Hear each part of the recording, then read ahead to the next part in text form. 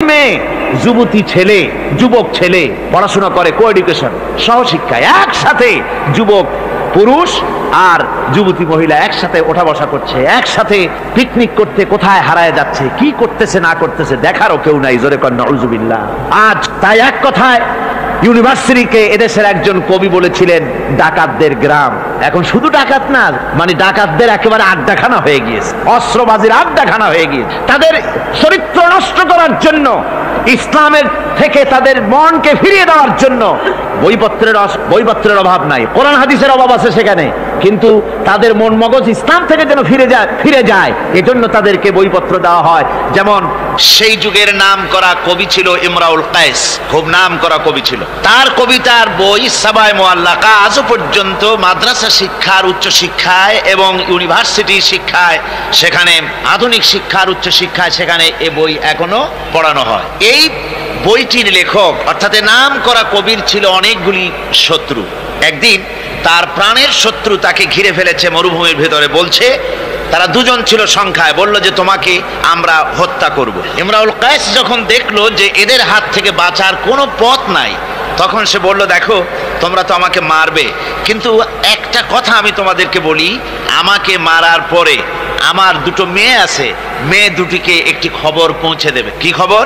বলে আমাকে মারার পর আমার বাড়ি গিয়ে মেয়ে দুটিকে গিয়ে বলবে ইয়া বানাতি ইমরাউল কায়েস ইন্না আবাকুমা, বাস এই কথাটুকুন বলে দেবে। তো যারা হত্যা করবে তারা চিন্তা করলো যে এই কথার দ্বারা তো আমরা হত্যা করেছি, তা তো প্রমাণিত হবে না, সুতরাং মারতে অসুবিধাটা কি। তারা মেরে ফেললো। মারার পরে মরুভূমির ভিতরে তাকে গেড়ে দিয়ে এরপরে এই দুইজন লোক ওয়াদা পালন করার জন্য ইমরাউল কায়েসের বাড়ি গেছে। বাড়ি গিয়ে বলছে মেয়ে দুটোকে ডেকে যে হে মেয়েরা, তোমাদের পিতার সঙ্গে মরুভূমিতে আমাদের দেখা হলো, তারপরে তোমার পিতা আমাকে তোমাদেরকে একটা কথা বলতে বলেছেন, সেটা হলো এই ইয়া বানাতি ইমরাউল কায়েস ইন্না আবাকুমা। শোনা মাত্রই মেয়ে দুটি চিৎকার করে কেঁদে উঠেছে। তাদের চিৎকার শুনে আশেপাশের লোকেরা এসে জিজ্ঞেস করলো তোমরা কাঁদছো কেন? কয় যে এই দুটি লোক আমার পিতাকে হত্যা করেছে। কয় কি করে বুঝলে? কয় এই যে এদের কাছে আমার আব্বা একটা খবর পাঠাইছেন, খবরটা হলো ইয়া বানাতি ইমরাউল কায়েস ইন্না আবাকুমা। ওরা বলছে এতে ওরা হত্যা করেছে, তা কি করে বোঝা গেল? এর অর্থ তো হচ্ছে যে হে ইমরাউল কায়েসের মেয়েরা, নিশ্চয়ই তোমার পিতা, তো নিশ্চয়ই তোমার পিতা কি খায় না ঘুমায় না বিদেশে গেছে, কি করে বোঝা গেল যে সে নিহত হয়েছে? মেয়ে দুটি বলছে দেখো আমার পিতা যে কবিতার পংক্তি বলেছেন এর দ্বিতীয় লাইন আমরা জানি কি হবে, ইয়া বানাতি ইমরাউল কায়েস ইন্না আবাকুমা, এর দ্বিতীয় লাইন হবে কাদ কুতিলা ওয়া কাতিলুহু লাদাকুমা, এর দ্বিতীয় লাইন হবে নিশ্চয়ই তোমার পিতা নিহত আর হত্যাকারীরা দুজনই তোমাদের সম্মুখে উপস্থিত। এখন আপনারা চিন্তা করেন যে মহিলারা পর্যন্ত সেই যুগে কতখানি বুদ্ধিমতী, কতখানি তারা বুৎপত্তি সম্পন্না ছিল সেই যুগের মহিলারা পর্যন্ত, পুরুষ তো দূরের কথা। তো জ্ঞান বুদ্ধি সবই ছিল, সব থাকা সত্ত্বেও এই যে তারা চুরি করত, ডাকাতি করত, জিনা করত, ব্যভিচার করত একটি জিনিসের অভাবে। কয়টি জিনিসের অভাবে? সেই জিনিসটা হচ্ছে ওদের কাছে ওহির জ্ঞান ছিল না। ওহির জ্ঞান না থাকার কারণে ওদের এই চরম দুরবস্থা হয়েছিল। আর রাসূল পাক সাল্লাল্লাহু আলাইহি ওয়াসাল্লাম ওহির জ্ঞান দিয়ে ওই জাতিকে গোটা পৃথিবীর মধ্যে শ্রেষ্ঠ জাতিতে পরিণত করে দিয়েছিলেন। আজকে আমাদের দেশের শিক্ষা ব্যবস্থায় ওই ওহির জ্ঞান নাই, যার ফলে আমাদের দেশে ছেলেরা শিক্ষিত হয় কিন্তু সেই যুগের লোকেদের মতো হতে পারছে না, কলেজ এবং ইউনিভার্সিটি ওই ধরনের লোক তৈরি করতে পারছে না। আমার বন্ধুগণ, সে যুগের থেকে আমরা উন্নতি অনেক করেছি, উন্নতি বিশেষ বিশেষ ক্ষেত্রে এই করেছি। সে যুগের লোকেরা তারা যারা চোর ছিল, চুরি করত, তারা লেখাপড়া জানতো না। আজকে যারা চুরি করে তারা তো কমসে কম ম্যাট্রিক পাস। সে যুগে যারা ডাকাতি করত তারা লেখাপড়া জানতো না, আজকের যারা ডাকাত তারা কমসে কম বিএ পাস। আগের যুগে সেই যুগে যারা নাকি মানুষ হত্যা করত তারা লেখাপড়া জানতো না, আর আজকে যারা মানুষ হত্যা করে তারা রীতিমতো শিক্ষা গ্রহণ করে কোথায় কেমনে আঘাত দিলে তাড়াতাড়ি মরে এটা জেনে শুনে ট্রেনিং নিয়ে তারপরে মানুষকে হত্যা করে। অগ্রগতি উন্নতি এতটুকুন হয়েছে, কিন্তু মৌলিক মানবীয় গুণাবলী সৃষ্টি করার জন্য কোরআনের অবদানের কোনো বিকল্প নাই। জোরে কোন সুবহানাল্লাহ। আমি গত 4 দিন আপনাদের সামনে কোন সূরা আলোচনা করেছি? সূরা ফুরকান। আমি সূরাটিকে শেষ করতে পারবো না, মানে মাঝখান থেকে আলোচনা করতে পারবো না, যেহেতু সময় নেই, আজকেই তো শেষ হয়ে যাবে। সেই জন্য আমি বেছে নিয়েছি সূরা ফুরকানের শেষ রুকুটি আপনাদের সামনে আজকে আলোচনা করব, যেখানে আল্লাহ রাব্বুল আলামিনের খাঁটি বান্দা তৈরি করার পরিকল্পনা আল্লাহ দিয়েছেন। খাঁটি বান্দা হওয়ার জন্য আল্লাহ পাক একটা ফর্মুলা বলেছেন, সেই ফর্মুলাটা আজকে আমরা এখানে আলোচনা করব। এই ফর্মুলা দিয়েই জনাবে মুহাম্মদ রাসূলুল্লাহ সাল্লাল্লাহু আলাইহি ওয়াসাল্লাম একটি সুন্দর সমাজ সৃষ্টি করেছিলেন, একটি আর্থসামাজিক সুন্দর সমাজ বিনির্মাণে যে ধরনের লোক তৈরি করা দরকার ছিল, এই কোরআনে কারীমের মাধ্যমেই রাসূল পাক সে ধরনের লোক তৈরি করেছিলেন। আসুন শয়তানের ওয়াসওয়াসা থেকে পানাহ চেয়ে নিয়ে আমরা কথা শুরু করি। আউযু বিল্লাহি মিনাশ শাইতানির রাজীম। বিসমিল্লাহির রাহমানির রাহিম। মুফিজুর রহমান সাহেব আমাকে খবর দিলেন, ওনার কাছে খবর এসেছে যে মানুষ ভিড়ে এবং চাপে শ্বাসরুদ্ধ হয়ে মরে যাওয়ার উপক্রম হয়ে যাচ্ছে বিভিন্ন জায়গায়। তা আমি আপনাদেরকে অনুরোধ করব, যিনি যেখানে আছেন সামনের দিকে বাড়ার কোনো চেষ্টা করবেন না। রাস্তায় থাকেন, ড্রেনের পাশে থাকেন, গাছের উপরে থাকেন, ছাদের উপরে থাকেন, যেখানে থাকেন সেখানে বসে পড়েন। রাস্তা তো ট্রাফিক বন্ধ করে দেওয়া হয়েছে, গাড়ি ঘোড়া এসব রাস্তায়, এ মাহফিলের চারদিকের সমস্ত রাস্তার গাড়ি ঘোড়া বন্ধ করে দেওয়া হয়েছে। ফলে আপনারা রাস্তার উপরে বসে পড়েন, দাঁড়িয়ে থাকবেন না। দাঁড়াতে গেলেই মানুষের চাপে হেলাদোলা করবেন, পড়ে যাবেন, হাত পা ভেঙে যাওয়ার প্রাণান্তকার দশা হওয়ার সম্ভাবনা হবে। সুতরাং আমি সকলকে অনুরোধ করছি, মেহেরবানি করে কোরআনের সম্মানে, এ মাহফিলের সম্মানে আপনারা যার যার জায়গায় বসে পড়েন। কেউ দাঁড়িয়ে থাকবেন না, আর মোটেই চাপাচাপি করবেন না, কেউ কথা বলবেন না, আর দাঁড়াবেনও না। শয়তানের ওয়াসওয়াসা থেকে পানাহ চেয়ে পরম করুণাময় আল্লাহ রাব্বুল আলামিনের নামে শুরু করছি। তাবারাকাল্লাযী জাআলা ফিস সামাই বুরুজাও ওয়া জাআলা ফিহা সিরাজাও ওয়া কামারাম মুনীরা ওয়া হুয়াল্লাযী জাআলাল লাইলা ওয়ান নাহারা খিলফাতান লিমান আরাদা আন ইয়াযাক্কার লিমান আরাদা আন ইয়াযাক্কারা আও আরাদা শুকুরা। সাদাকাল্লাহুল আযীম। অতীব বরকতশালী সেই মহান সত্তা, যিনি আকাশ সমূহকে বুর্জ সমূহ দিয়ে যিনি সংস্থাপন করেছেন, বুর্জ স্থাপন করেছেন এবং তাতে একটি প্রদীপ স্থাপন করেছেন, আর আলোকমণ্ডিত এক উজ্জ্বল চাঁদ স্থাপন করেছেন। ওয়াহুয়াল্লাযী জাআলাল লাইলা ওয়ান নাহারা খিলফা। আর তিনি রাত এবং দিনকে পরস্পরের স্থলাভিষিক্ত বানিয়েছেন। লিমান আরাদা আন ইয়াযাক্কারা আও আরাদা শুকুরা। তাদের জন্য যারা এর থেকে উপদেশ অর্জন করতে চায়, জ্ঞান লাভ করতে চায় এবং শুকর আদায় করতে চায়। শুকর আদায়কারীর জন্য, জ্ঞান অন্বেষণকারীদের জন্য আল্লাহ পাক এগুলি করেছেন। এখানে বুর্জ শব্দের অর্থ হচ্ছে প্রাসাদ বা সুদৃঢ় স্থাপত্য। প্রাচীন খগোল বিজ্ঞানে বুর্জ বলা হতো সেই 12টি কক্ষপথকে। কোন কোন মুফাসসির এই বুর্জকে বলেছেন গ্রহকে বুর্জ হিসাবে তারা ব্যাখ্যা করেছেন। আসলে আল্লাহ রাব্বুল আলামিন তিনি মহাশূন্যকে যে কিভাবে সজ্জিত করেছেন, কত সুন্দরভাবে করেছেন, তার ব্যাখ্যা কোরআনে কারীমের বিভিন্ন জায়গায় এসেছে। আল্লাহ পাক বলছেন, ওয়ালাকাদ জাআলনা ফিস সামাই বুরুজাও ওয়া যায়্যানাহা লিন-নাযিরিন। আমি আকাশে বহু সংখ্যক সুদৃঢ় বুর্জ স্থাপন করেছি এবং দর্শকদের জন্য তা অত্যন্ত সুসজ্জিত করে, সুদৃশ্য করে আমি সংস্থাপন করেছি, সুন্দর করে স্থাপিত করেছি। মহাশূন্য, এর মধ্যে আল্লাহ পাক সৃষ্টি করেছেন অগণিত গ্রহ উপগ্রহ। কত গ্রহ আছে, কত উপগ্রহ আছে, বিজ্ঞানীদের কাছে আজও পর্যন্ত তার কোনো হিসাব মেলেনি। মহাশূন্যে আল্লাহ পাক, মহাশূন্যের মহাবিস্ময়। বর্তমান বিজ্ঞান ক্রমান্বয়ে আশ্চর্য হয়ে যাচ্ছে তাদের নতুন নতুন আবিষ্কারের মাধ্যমে, চিন্তা ভাবনার মাধ্যমে, যে মহাশূন্য আল্লাহ পাক মহাস্রষ্টা কি করে রেখেছেন একটি বিশাল এক বিস্ময়ের কারখানা। সেখানে রয়েছে মিল্কি ওয়ে, যাকে বলা হয় ছায়াপথ। বিজ্ঞানীরা বলেছেন প্রায় 20,000 কোটি তারকা রয়েছে এই মিল্কি ওয়ের ভেতরে, ছায়াপথের ভেতরে। আবার কেউ কেউ বলেছেন যে সেই তারকার সংখ্যা বলা সম্ভব হবে না, সমুদ্র সৈকতের বালুকণা গণা তবুও সম্ভব, কিন্তু আকাশের তারকারাজি গণা সম্ভব নয়। এখন আল্লাহ পাক সেই মহাশূন্যের ভেতরে সৃষ্টি করে রেখেছেন এই ছায়াপথ। ছায়াপথের ভিতরে আছে যে তারকাগুলি, বিজ্ঞানীরা বলেছেন যে এই তারকাগুলি এত বিরাট বিরাট তারকা আছে। আগে তো ওনারা বলেছিলেন পৃথিবীর চাইতে সূর্যটা হচ্ছে পৃথিবীর চাইতে 13 লক্ষ গুণ বড়। এই বিরাট সূর্য ছিল তাদের কাছে বিস্ময়। এখন তারা বলছেন না, মিল্কি ওয়ের ভিতরে যে সমস্ত তারকার সন্ধান আমরা পেয়েছি সে সমস্ত তারকা এত বড় বড় বিরাট দানবের মতো, যে ওর এক একটা তারকার ভেতরে যে সূর্য পৃথিবীর চাইতে 13 লক্ষ গুণ বড়, এরকম অন্তত 3 কোটি সূর্যকে একটা তারকার মধ্যে ঢুকিয়ে দেওয়া যায়।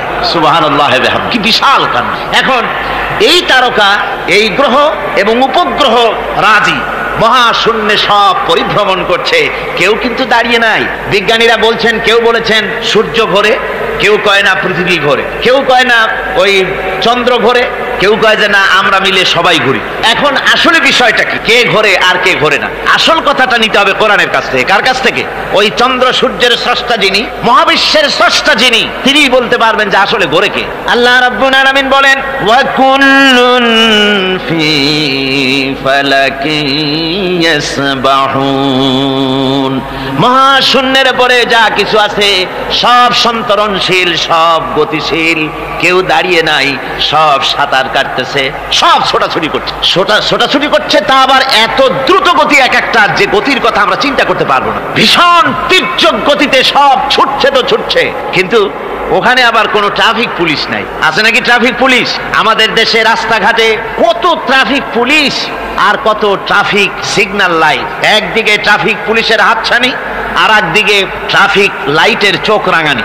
এরপরেও অ্যাক্সিডেন্টের অভাব নাই, ঠিক কিনা কর? বেচারা বেবি ট্যাক্সি, গরিব মানুষ রাস্তার এক পাশ দিয়ে যায়, আর ওই দত্তের মতো ট্রাক এসে এক ধাক্কা মারে, গরিব বেচারা বেবি ট্যাক্সি 3 ঠ্যাং উপরের দিকে দিয়ে রাস্তার পাশে বসে আল্লাহ আল্লাহ করে।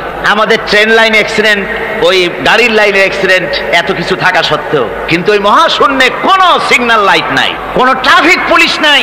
এই বিশাল চাঁদ, এই বিশাল সূর্য, এবং সূর্যকে গিলে খেতে পারে, কোটি কোটি সূর্য গিলে খেতে পারে এমন তারকা, অথচ অ্যাক্সিডেন্ট নাই। আছে অ্যাক্সিডেন্ট? আল্লাহ রাব্বুল আলামিন এখানে মহাশক্তিশালী অদৃশ্য সীমারেখা সৃষ্টি করেছেন। কোরআনে কারীমে রাব্বুল আলামিন বলেন, লাশ-শামসু ইয়ামবাগি লাহা আন তুদরিকাল কামারা ওয়ালাল লাইলু সাবিকুন নাহার ওয়া কুল্লুন ফি ফালাকিন ইয়াসবাহুন। প্রবল জ্ঞানী হইবে যাহারা, আপন মনেতে বুঝিবে তাহারা, রাত্রি পারে না আগে যাইবার, দিনের স্থান করি অধিকার।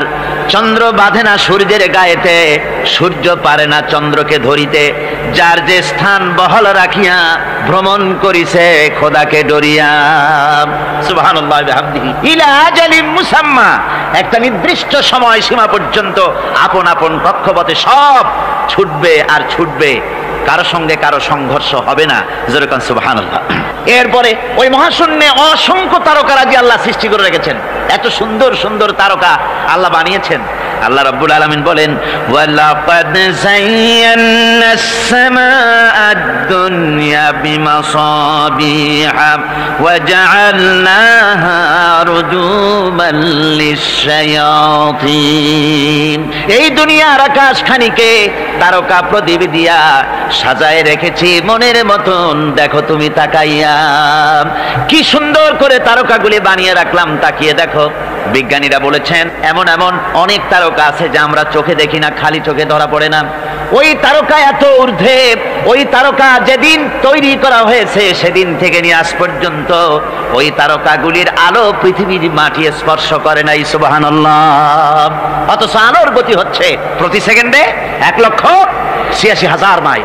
এই এর সেকেন্ড এক আপনার একে বলা হয় লাইট ইয়ার, আলোকবর্ষ। এই হিসাবের সেকেন্ড, এই হিসাবের মিনিট, এই হিসাবের সপ্তাহ, মাস এবং বর্ষ, এরকম অসংখ্য লাইট ইয়ার আলোকবর্ষ চলে গিয়েছে, আজও পর্যন্ত সেই তারকার আলো পৃথিবীর মাটি স্পর্শ করে নাই। তাহলে সেই তারকা কোথায়? সুবহানাল্লাহ পড়ে। যারা একটু আল্লাহরে গাল দিতে পারে, একটু আল্লাহ এবং ইসলামকে অস্বীকার করতে পারে, তারা আবার হিরো হয়ে যায়। দেখছেন না অবস্থা? হিরো হয়ে যায়। ওরা বলে আল্লাহ নাই, আকাশ দেখে বলে যে মহাকাশ, আসলে তো মহাকাশ না, ওটা অনেক দূরে, তাই নীলা নীলা দেখা যায়, অন্ধকার অন্ধকার ওরকম নীল রঙের দেখা যায়, আসলে আকাশ বলতেও কিছু নাই। এরপরে ইউরি গ্যাগারিন, যিনি প্রথম মহাশূন্য পরিভ্রমণ করেছিলেন, তিনি মহাশূন্য পরিভ্রমণ করে ফিরে এসে বলেছিলেন, মহাশূন্য পরিভ্রমণ করে ফিরে এলাম।